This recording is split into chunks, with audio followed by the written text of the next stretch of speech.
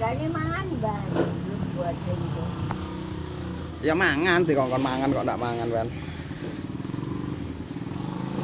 Mangan di omah kok wadang akeh.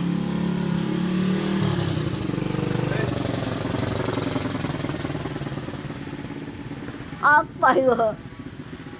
Di kerja ya? Di kono? Iya, tak delok omahe pean iku mang ndono pean. Lah ada apa kok didelei?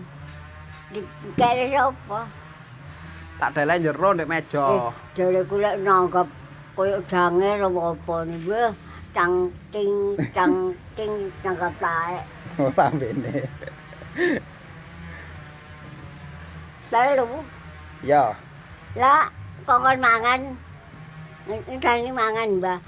Ini mangan ya sing ngaru. Ora pokro. Masarangan tani apa? Apa ta iku? godho ndek omahe pean. Ya.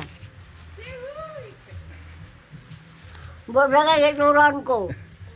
Ndek meja. Pira kabeh? 3.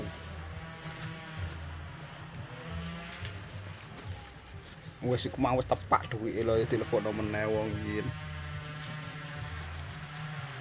Mulai ora dikensel apa-apa.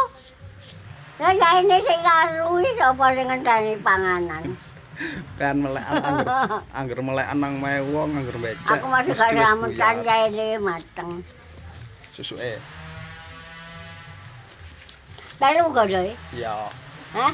Iya. Gak ada duwe. Kaya ae. Tak semelekan. Ya wis, budal aku ya, balik ya. Hah? Balik.